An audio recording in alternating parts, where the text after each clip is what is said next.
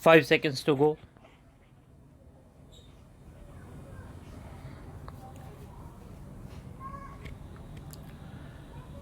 Start.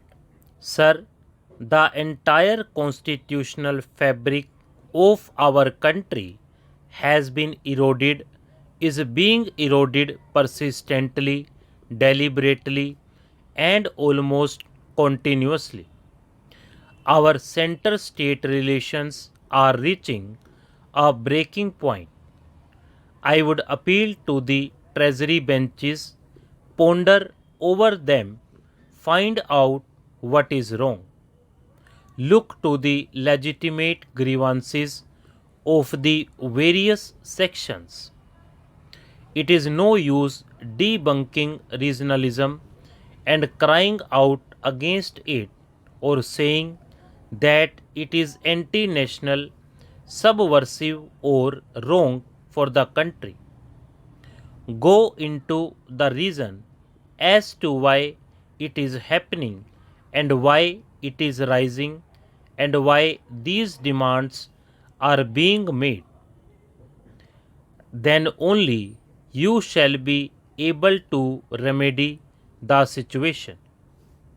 Merely cursing your fate or cursing the anti national forces behind them, which are allegedly operating according to you, you shall not get anywhere. What about the judiciary? We find Supreme Court judges are speaking in public against Supreme Court judges' interference in our judiciary. There has been an erosion of the freedom of judiciary. The executive has taken upon itself powers which have completely ruined the prospect of an independent judiciary in our country. The power of transferring them at the fag end of their career from one corner of India to the other will be used in an oblique manner, as a judge has put it, and for oblique reasons, and it is a threat like the sword of Damocles, which is hanging over their head and ruining all prospects of having a fair hearing for the citizen in the last court of appeal against the executive. I come to the press. In the press, I know there are brave and valiant people. They fought against this black bill and forced the government to take it back, yet the danger is not over. Government media is being misused deliberately to build up the party as well as personalities, and those who dare to criticize the government are shunted out. They are refused the so called plums or assignments, and they have faced occasional repression. What has happened to the Press Commission report? You tabled it on the last day of the last session. After that, we have heard nothing about it. We do not know whether the government are accepting the recommendations, are going to act upon them, are going to implement them. This is one of the most important issues before the country. We have talked horse, Mr. Vice Chairman, in every session about electoral reform. Again, not a word. Last session, we had promises by a number of honorable ministers, Minister of Law and Justice, and the Minister of Home Affairs, that very soon a comprehensive bill shall be brought before the House. There is no indication in this address that something has been done or a bill is being brought before the House. Why do not you consider electoral reforms as the most urgent piece of political business before the country today?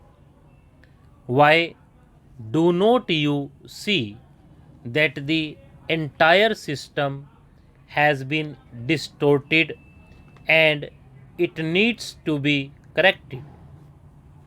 Coming to the administration, it is on the point of breakdown.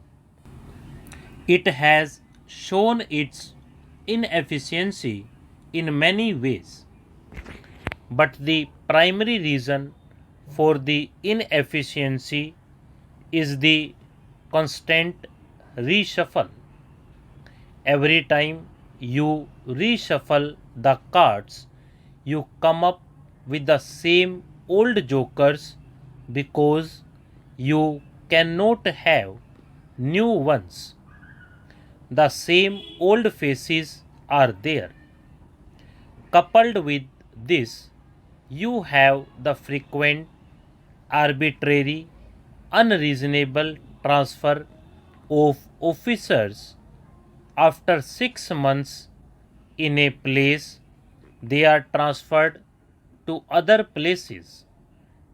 How can you bring about efficiency in administration with changing ministries engaged in a game of musical changing officers as attendants?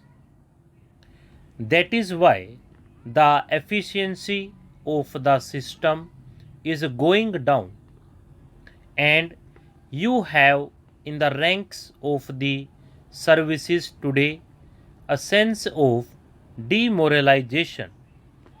Again, I would appeal to the government, please listen to the murmur of discontent among the civil servants. You cannot run the country without the devotion, the dedication, the loyalty, the sincerity, and the patriotism of the civil servants. Can you? And you have neglected them. You have interfered with them politically.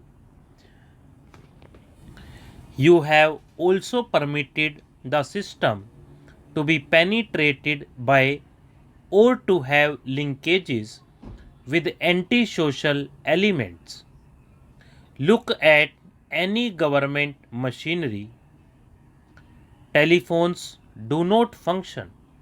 Railways do not function. Not a single service functions. You call the police. They do not even turn up. Hanging over all this is the shadow of corruption which is no longer limited to individuals or at the base level, corruption which has been highly centralized, highly institutionalized, which has become well formulated and well organized from the ground and grassroots up to the highest levels in the country. The system is built on corruption. And when the government says, now we shall fight corruption, I dare say they will not. Apart from corruption, there is an air of violence in the country. I am not talking only about the violence which is the normal concomitant of human society. I am talking about state violence. Stop.